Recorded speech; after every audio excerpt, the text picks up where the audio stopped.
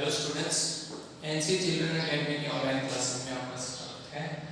11th class के अंदर हम लोग पीरियोडिक टेबल पढ़ रहे थे और पीरियोडिक टेबल के अंदर आज हम पढ़ेंगे periodicity in the property of elements.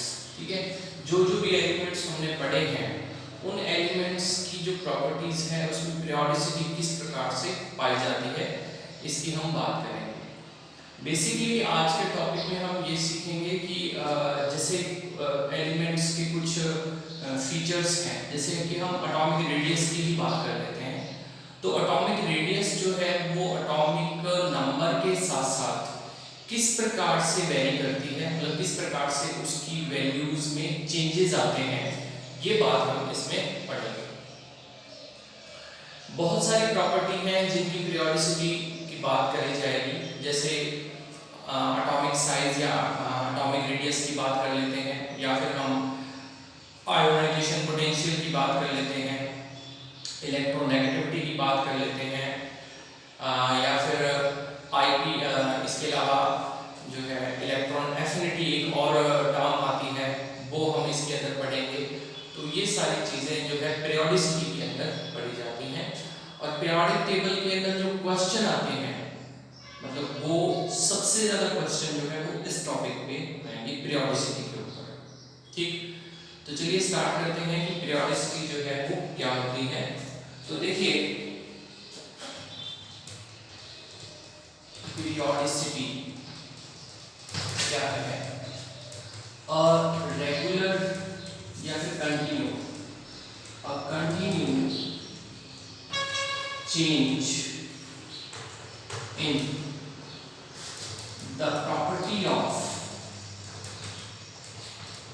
elements, the continued change in the property of elements with the increasing atomic number is called periodicity. ठीक, एटॉमिक नंबर के बढ़ने के साथ साथ एलिमेंट की प्रॉपर्टी में होने वाला एक कंटिन्यू चेंज, कंटिन्यू चलेगा, उस चेंज को क्या कहा जाता है? पीरियोडिसिटी कहा जाता है। पीरियोडिसिटी किस किस जो है प्रॉपर्टीज में पाई जाती है? तो देखिए, पीरियोडिसिटी जो है एटॉमिक रेडियस में होती है। एटॉमिक रेडियस को हम बात करेंगे रेडियस की, ठीक है। अपने इसको एटॉमिक साइज भी बोलते हैं, तो एटॉमिक साइज जो है वो भी पढ़ा जाएगा, ठीक है। आई भी पढ़ा जाएगा, आयोनाइजेशन पोटेंशियल, इसके अलावा इलेक्ट्रोनेगेटिविटी और इलेक्ट्रॉन एफिनिटी, ये सारी चीजें हम इसमें पढ़ेंगे। इन चीजों की वैल्यूज जो है वो चेंज होती है। इसके अलावा स्क्रीनिंग इफेक्ट आएगा इसके अंदर, स्क्रीनिंग इफेक्ट, स्क्रीनिंग इफेक्ट भी हम इसमें पढ़ेंगे, ठीक है। चलिए स्टार्ट करते हैं इसको हम एटॉमिक रेडियस से। एटॉमिक रेडियस जो है वो क्या होता है ये हम बात कर लेते हैं। एटॉमिक रेडियस,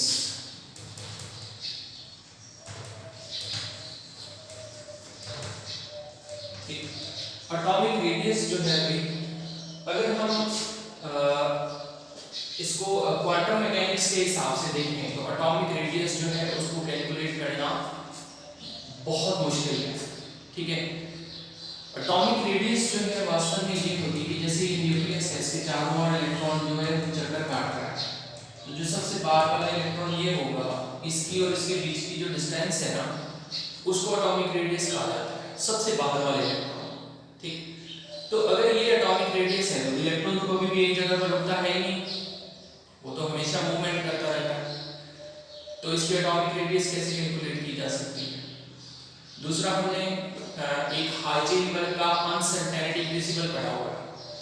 हाइजेनबर्ग ने ये कहा था, कहता कि किसी भी इलेक्ट्रॉन की अगर आप पोजीशन फाइंड आउट करोगे तो उसकी वेलोसिटी एक्यूरेट नहीं आएगी, और अगर उसकी वेलोसिटी आपने एक्यूरेट बता दी तो उसकी पोजीशन को एक्यूरेसी से अपन नहीं कैलकुलेट कर सकते।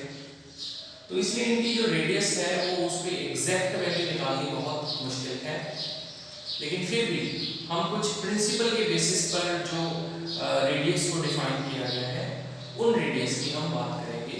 अगर रेडियस की मैं बात करूँ आपको, तो जनरली न्यूक्लियस और आउटर इलेक्ट्रॉन के बीच की जो डिस्टेंस है उसी को ही एटॉमिक रेडियस कहा जाता है। यहाँ पर बहुत सारे इलेक्ट्रॉन हो सकते हैं बीच में, यहाँ इलेक्ट्रॉन बीच में हो सकते हैं, लेकिन अपने सबसे बाहर आउटर मोस्ट इलेक्ट्रॉन की बात करेंगे, जो सबसे बाहर वाले शेल में है ना, उस इलेक्ट्रॉन से लेकर और न्यूक्लियस तक की जो डिस्टेंस है उसको एटॉमिक रेडियस कहा जाता है। ठीक है, तो एटॉमिक रेडियस जो है इसके ना अलग अलग टाइप हैं। मैं टाइप की बात करता हूँ, तो जैसे देखो आयनिक रेडियस, दूसरा हो जाएगा कोवेलेंट रेडियस, तीसरा हो जाएगा मेटालिक रेडियस, और एक और इसके अंदर आ जाएगी मेटालिक रेडियस के बाद में वान डेर वाल्स रेडियस।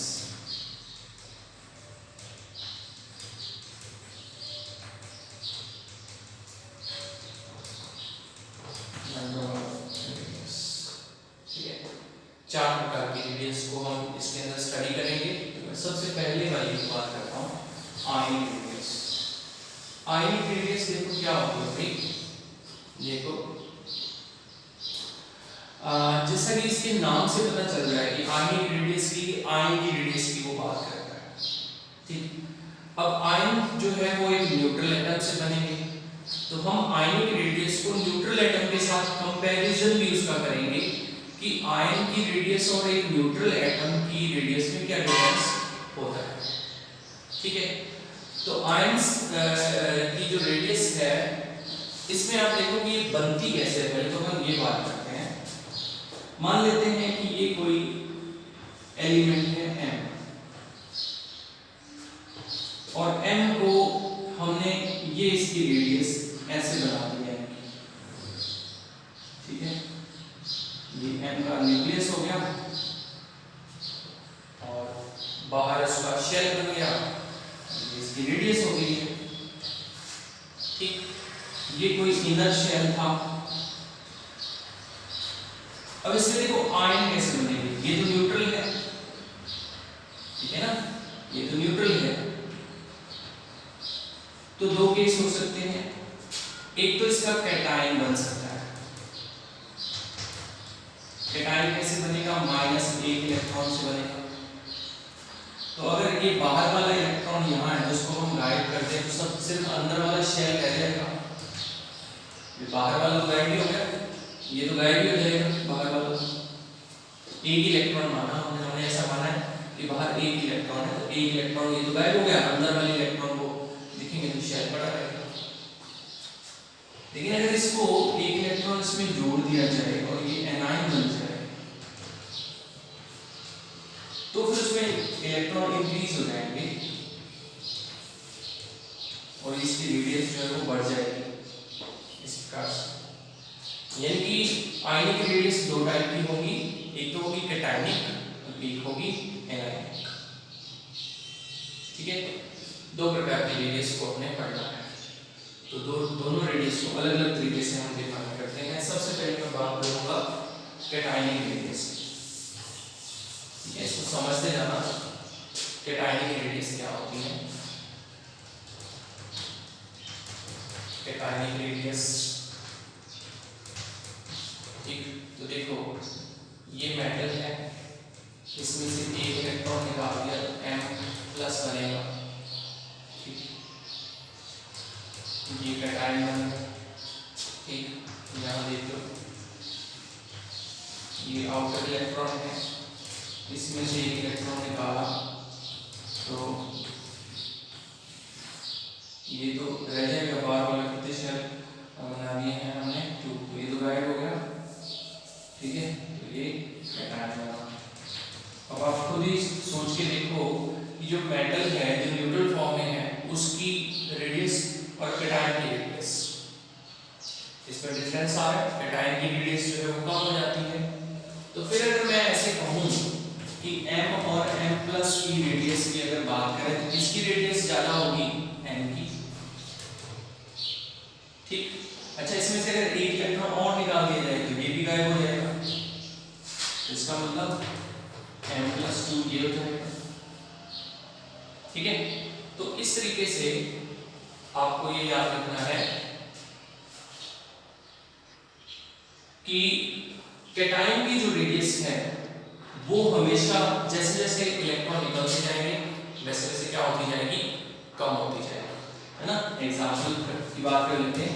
अगर मैं Fe+2 और Fe+3 की बात करूं तो इसमें सबसे स्मॉलेस्ट जो है वो रेडियस किसकी होगी, Fe+3 की, और सबसे बिगेस्ट किसकी रेडियस होगी, Fe की। तो ये सीक्वेंस इस प्रकार से बन जाएगा। ठीक है, तो ये हमने आयन की कैटायन की रेडियस की बात करी, उसको एक बार खड़ा रहने देते हैं। अपन पहले उसके साथ एनायन को कंपेयर करेंगे। तो एनायन की रेडियस जो है, एनायन की रेडियस की अगर मैं बात करूं तो देखो कैसे हो। अब ये वाला जो है एक न्यूट्रल मान लिया आयन, न्यूट्रल एक एटम है, इसके अंदर हमने एक इलेक्ट्रॉन जोड़ा। एक इलेक्ट्रॉन जैसे जोड़ेंगे तो इसका जो इलेक्ट्रॉन नंबर ऑफ इलेक्ट्रॉन तो बढ़ जाएंगे, लेकिन जो इसका न्यूक्लियस की पावर है वो तो उतनी ही है। तो न्यूक्लियस की पावर तो कम हो गई है, नेगेटिव चार्ज ज्यादा हो गया। तो नेगेटिव चार्ज और न्यूक्लियस के बीच में जो अट्रैक्शन फोर्स होगा उसमें थोड़ी सी कमी आ जाएगी, जिसकी वजह से क्या हो जाएगा, ये साइज ना बड़ा हो जाएगा। अब साइज बड़ा हो जाएगा तो हम कह देंगे कि ये अगर मेटल है और ये मेटल का एनायन है तो फिर एनायन की रेडियस जो है वो क्या होगी, ज्यादा होगी। अगर हम बात करें M-2 की तो वो उससे भी ज्यादा होगा। समझ में आया ना। एग्जाम्पल देखो कि अगर ऑक्सीजन माइनस और ऑक्सीजन 2- की अगर हम बात करें तो सबसे ज्यादा रेडियस जो है किसकी होने वाली है, ऑक्सीजन 2 की, फिर उससे कम ये और सबसे कम ये। और अगर मैं यहाँ पर O पॉजिटिव लिख दूं तो फिर उससे भी कम ये हो जाएगा। समझ में आ गया होगा सबको। तो ये आयनिक रेडियस के बारे में हमने बात करी। ठीक है,